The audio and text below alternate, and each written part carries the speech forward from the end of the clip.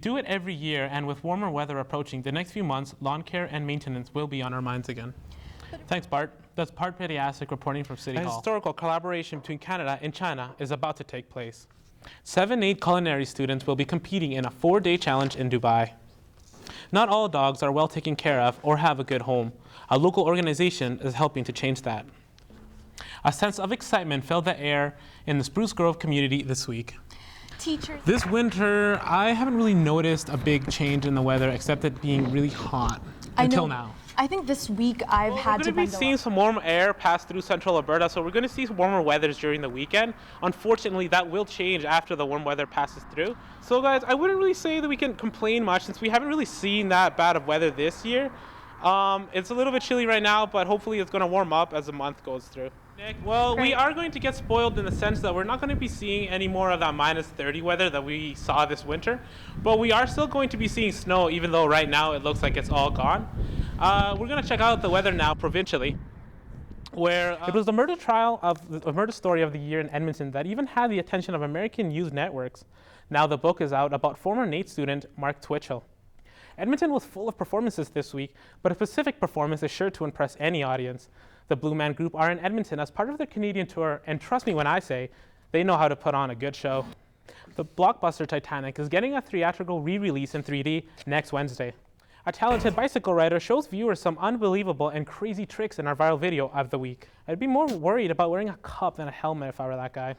Well, I think that's enough greatness from me for one day. I'm going to go watch Kate Winslet in 3D. Back to you, Brett and Kyle. The Nest has announced that it will be going under quite a few renovations next year. Brace yourselves, the snow outside means winter is fast approaching. But for some, the fear is Occupy Edmonton seems to finally be running the government's patience short. We got sports with Brett McNiven coming up. What have you So got? that's something about Crosby coming back from a long injury and scoring 4 points. Absolutely. So we have WillCortez with sports right now. So Will, the Oil Kings are on quite a winning streak this season. That's right, actually, Anna. They are beasting right now in the playoffs. And I hear you went back to boxing for a little while. Yeah, I decided to give it a try after a few months, and I got a bad lesson from that. All that and more is coming up right now. The Oil Kings swept this series against the Wheat Kings this week, not only beating them, but completely dominating them in the series. The Oil Kings now will face off against the Moose Jaw Warriors, who also swept their series against the Medicine Hat Tigers for the Eastern Conference. First game is on April 20th. Eskimo games at Commonwealth are about to get more comfortable and interactive than ever before. New seating isn't the only thing fans can expect to change for the Eskimos this season. The Eskimo franchise has gone through some player changes as well. Edmonton's professional basketball team, Energy, held a press conference this week unveiling the team's new head coach. Nate Ook's volleyball team can expect a new coach for this upcoming season. Edmonton is known as the city of champions for a reason, and some local foosball players will be looking to be just that. After a short retirement from boxing, I decided to hop back into the square circle and see if I still had what it takes to be a boxer. I would like to thank Southside Boxing and my buddy Brad for sparring with me. So Will, that looked incredibly exhausting. It is, Anna. Actually, I took a little bit of a break from boxing for a few months, and I feel terrible going back now. Well, it did look like you had a lot of fun, though. Yeah, it was a lot of fun. Okay, thanks, Will. See you later, girls. Absolutely. People believe that Remembrance Day is only about the veterans of World War I and World War II. But let's not forget about the soldiers who are fighting for our country right now. The boxing may seem like a lone sport to many outsiders and people that don't know the sport very well. Paul here has actually quite the opposite, a team that's fully dedicated to his well-being and progress in boxing.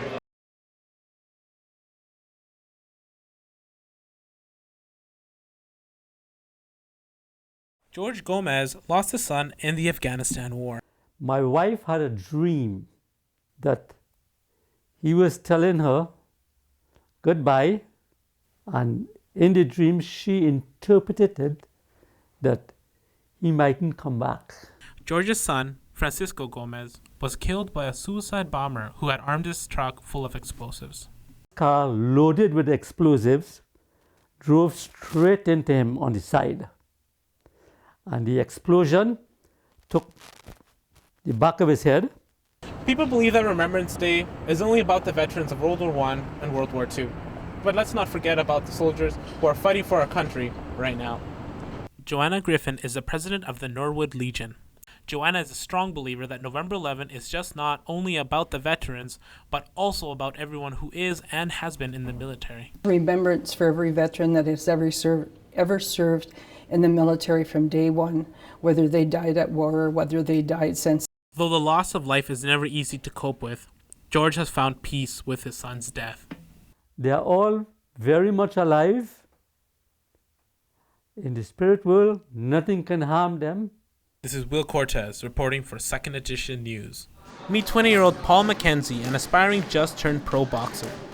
Paul has only had one fight in his young pro life, but his ambition in boxing is evident and has made boxing second nature to him. Ask Paul what makes boxing so interesting or what his favorite thing about it is, and he can't settle on anything specific. Getting in shape, keep staying in good shape, just the atmosphere of being around it and stuff. There's a lot for it to be the favorite part. There's too much to decide from. I just love the sport, have a passion for it. Most of Paul's workouts are at the gym. Paul has to keep it simple for now, so he can keep it affordable. Paul promotes his own fights and sells t-shirts to support the cost of his fight camp. Boxing is very seldom a glamorous sport at the beginning of his difficult career, and this rule doesn't bother Paul at all. His workouts do the job just fine. They push his body and mind beyond the comfortable threshold. Their point is to exhaust and burn the muscles close to the way the actual match would make them feel. Though boxing may seem like a lone sport to many outsiders and people that don't know the sport very well, Paul here has actually quite the opposite, a team that's fully dedicated to his well-being and progress in boxing. Adam Troupish is ranked 14th best middleweight in the world and is constantly impressed by his training partner and close friends' ever-improving growth. Paul he's a determined athlete. You know, he puts in 110%. Sheldon Higgins, the owner of Paul's boxing gym, has known Paul for years and has seen him grow into a man and into a great fighter. He's determined and he has skill. You know, for a big man, he moves slick. And the biggest thing about it is he has heart. And to stay in there and be able to have the skill and put it all together, it's a beautiful thing. For his upcoming bout on March 23rd, Paul will be leaving to train at a special gym in Vegas with a megastar of the sport. I'll be doing a 2-week training camp at the Floyd Mayweather gym. I train with his uncle Roger when I'm down there and stuff. And it's unbelievable going down there. They just accepted us in like family. Right? While we were down there, seeing them turning people away left, right, and center. And it was so surreal. The road to prosperity isn't easy and usually involves some blood, a lot of work, a little bit of tears, and don't forget, a lot of sweat. This is WillCortez reporting for Newswatch Extra. People locally and internationally flew into Edmonton to witness what fashion designers had to offer to the world of fashion. From bathing suits, dresses, jewelry, and shoes, everyone wanted a piece of fashion for themselves. I have attendees ask me, what designer is that? Whose collection was that? And I'm like, oh my goodness, these are retailers in the mall, West Edmonton. You can actually buy these clothes, they're ready to wear. Sandra, the event director, believes local fashion shows like these help local and emerging fashion artists to transcend and grow. It's an incubator for young designers to find a place in the fashion world. So we run a few contests, such as our Emerging Designer Contest and our Stylist Contest. And we also have young designers that we sponsor 90%. Ravi Gill is the designer for Derailed and has been designing clothes since he was 16. He credits his creativity for much of his success. If I'm sitting somewhere and I'll see a paper clip, I'll be like, how can I turn that into a dress?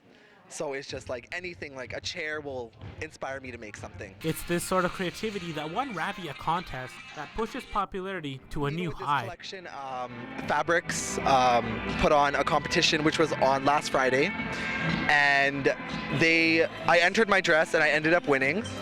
And with that,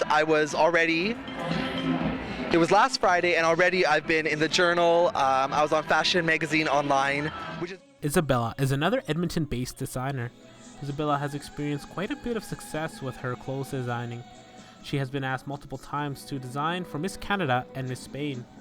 The whole Western Canada show made it a special moment for Isabella, an experience she will treasure forever. The show was enchanting. Even my daughter chose the music. It was beautiful. I had the support of my whole family, and it was, for real, it was an evening that I'll never forget. Western Canada Fashion Week displayed clothes from 50 different designers. Sandra knows, though, that it's impossible to make this all happen alone, and the show this big requires a little bit of help. Photographers, you need people that build the runway, put out chairs, you need volunteers, it takes a whole city to put a show on. It's awesome. This is WillCortez, Nate News Watch. Go!